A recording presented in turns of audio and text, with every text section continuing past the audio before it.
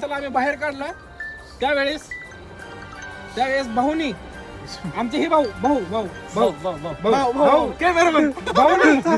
भाऊनी जे प्रयत्न केले त्या भाऊला आमचा सलामच सगळ्यांचा मिळून, कारण की भाऊनी फर्स्ट टाइम आयुष्यात काहीतरी पाहिलं तरी